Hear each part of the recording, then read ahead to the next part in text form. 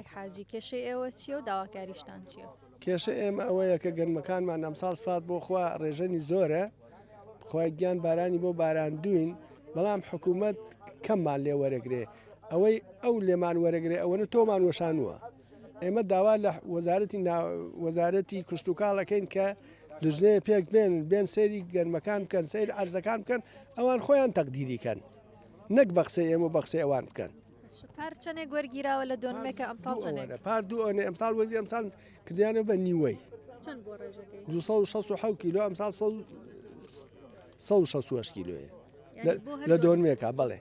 ئەوەندە کیلۆ وەرەگی بەڵێ بەڵێ زۆر باشە گەنمی ئەم ساڵی هەڵەبجە بەعام چۆنە؟ الحەمدوللا سپاس بۆ خوا لە هەموو شارەکانی تر باشترە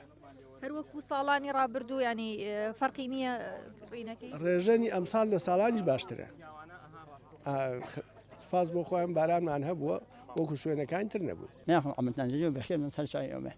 داواکامی خۆ زۆری بڕاییان داوای مافی چاکەکەن مافی فەلاعەکەن فەلاعی ئێمە ئیمساڵ لەخوا بەجایە بێ باران بوو بەڵێ بەخوا عەزی وایە دوو سێجار کوت کریاوە دەرمانی سون کریاوە دەرمانی گیا کریاوە فرێتێکی بۆ ئێمە ڕسیدی کەمان بۆ دانای گەرمەکەمان چاکە نەخ ڕسیدیمان بۆ زیاکە و چاویشی لە فەلاعەوە بێ سبیز بێت تجارتی باش ئەوش کاس بکارێ تا فەلاعەکانی وێستا بن یاردی ئێمە بدات دوای ئێمە بۆ تجارەکان